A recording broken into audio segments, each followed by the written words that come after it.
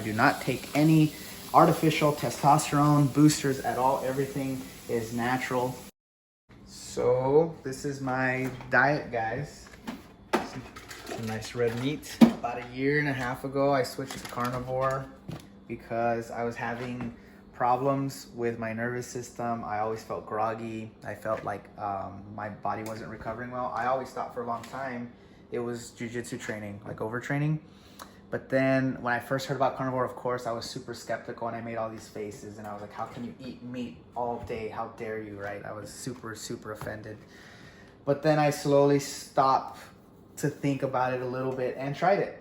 And so I started about a year and a half ago and I kind of never looked back. Well, I still do heavy carnivore. I call it a modified carnivore. So I'm like an 80-20. 80% of my meals are red meat. 20% come from light carbs like fruit, sometimes bread if I'm gonna train. So I don't think I'm directly in chaotic state. I'm not in ketosis, but I probably am using enough carbs just to fuel my training.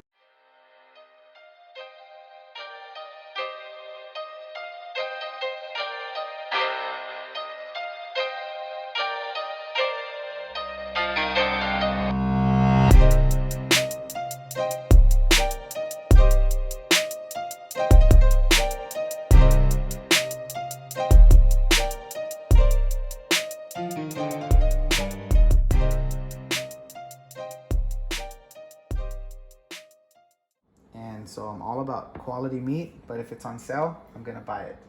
And this is from the Hispanic section. Surprise, surprise, right? Orange pepper and brisket rub seasoning.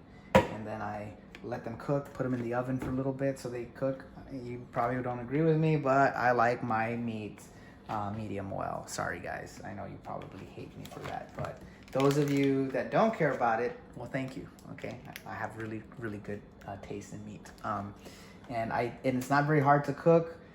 Takes me about, I don't know, 15 minutes to prep and to cook all together, and it's pretty affordable. So you don't have to go carnivore, by the way. This is just something that I like. It works for me. There's a lot of research and positive things about the carnivore community. For one, our ancestors relied heavily on meat and thrived on meat and had the least amount of problems. And so if you look at studies, there's a lot of misconceptions throughout the research community. It's actually not bad for you. Also, cholesterol levels, there's some misconception with that too. I don't want to get into it and I don't want to make this a debate, but there's actually really good benefits. Some of the people that turned me on to meat, my friend Jack, you know who you are, Jack. Thank you for showing me. He suffers from an autoimmune disease and carnivore shaped his life. Mike McGinley, my student, also went carnivore and looks amazing, feels amazing. He turned me on to it. And of course, the famous Jordan Peterson is the main guy who turned me on to it. And so these guys are pretty good and informed people, and they really, really resonated with me in how they shaped the diet, and now I'm doing it here. Not much to it. Look, prep it.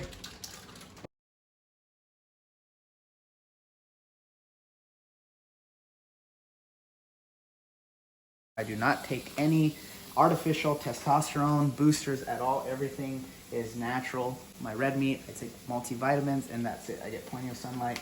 I train pretty actively, and I have a strong immune system. And I do have pretty good predisposed genetics. So there's that too. But in terms of blood work and body, I feel great. I've never felt better, actually.